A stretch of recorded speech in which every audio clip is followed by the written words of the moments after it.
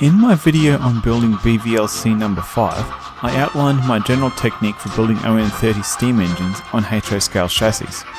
Since this video went up, I've used this approach to build a few more engines, all of which presented their own individual challenges. But today, I'd like to talk about another build I did, a build where I could not use my usual approach.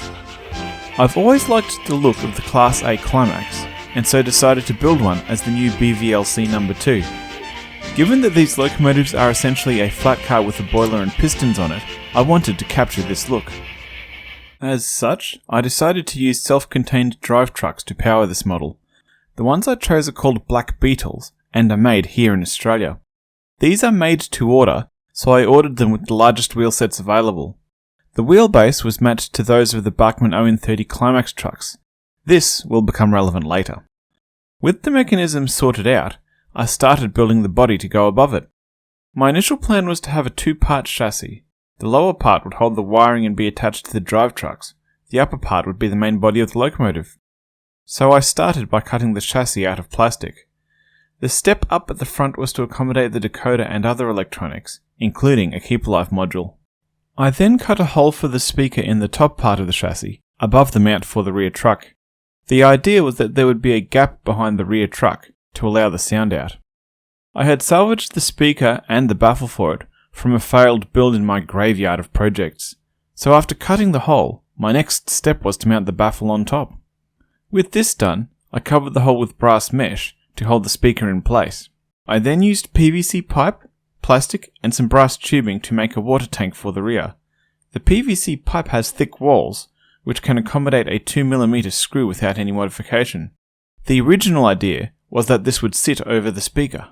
With this done, I next cut 2 pieces of stripwood to length. After roughing them up with a razor saw, I stained them and glued them to the side of the plastic for the chassis.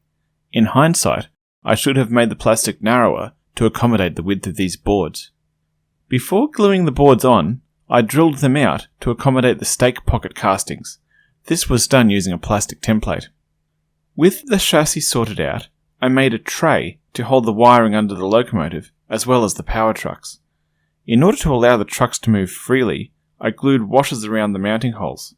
I also needed to put a cutout behind the rear truck to allow the sound from the speaker to get through.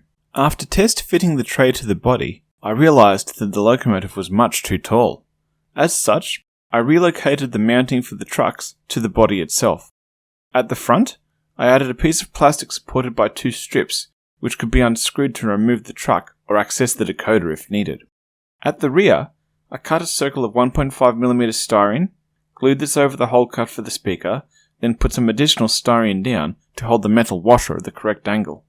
In order to allow the Black Beetle drive units to pivot and tilt, I drilled out the top of the washers. This provided clearance for the mounting screw to move. With the original hole for the speaker now occupied by the rear truck, I needed a new location for the speaker. I decided to put it in the gearbox between the trucks, facing downwards. So I cut a hole in the bottom of the gearbox, which I built out of styrene, then covered it with brass mesh to protect the speaker. I also put a notch at the rear of the gearbox to allow the wires to the rear truck to run through it. The front of the gearbox actually extends past the floor, and so provides a gap to allow the wires to run up into the firebox. With the decoder in the gap between the front truck and the front fuel bunker, this keeps the wires out of sight. My next step was to sort out the side frames for the trucks. As mentioned earlier, I had matched their wheelbase to those of the Bachmann ON30 Climax. I had a spare pair of trucks from this model.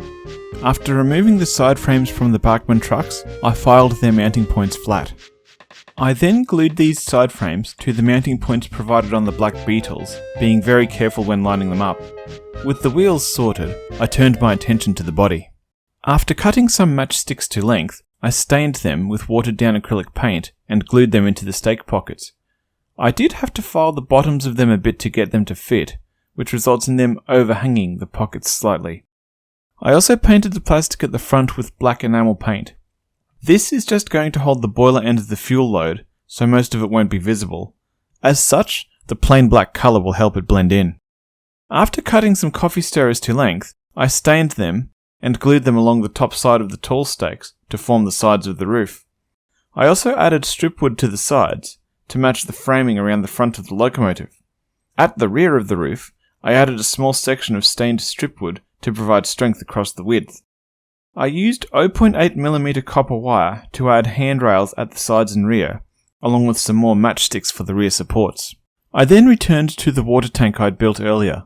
I added 2 strips of 2x0.5mm plastic around the top and bottom to hide the joins.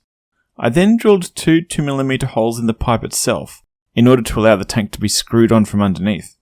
This allows access to the mounting point for the rear truck should it be needed. With most of the body done, I turned my attention to the boiler.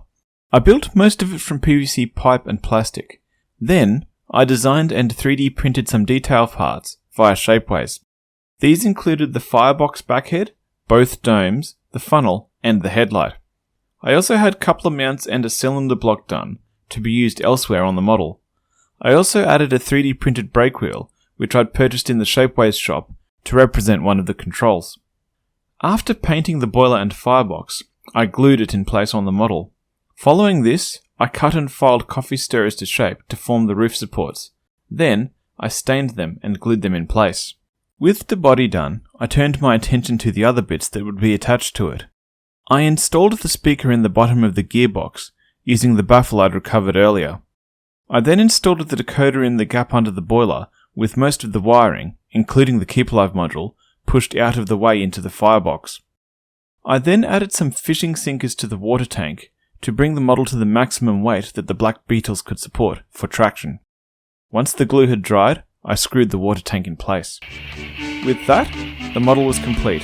I lettered, weathered and programmed it, then set it to work on my layout. It runs well, and I'm pleased with the performance I get from the Black Beetle drive units.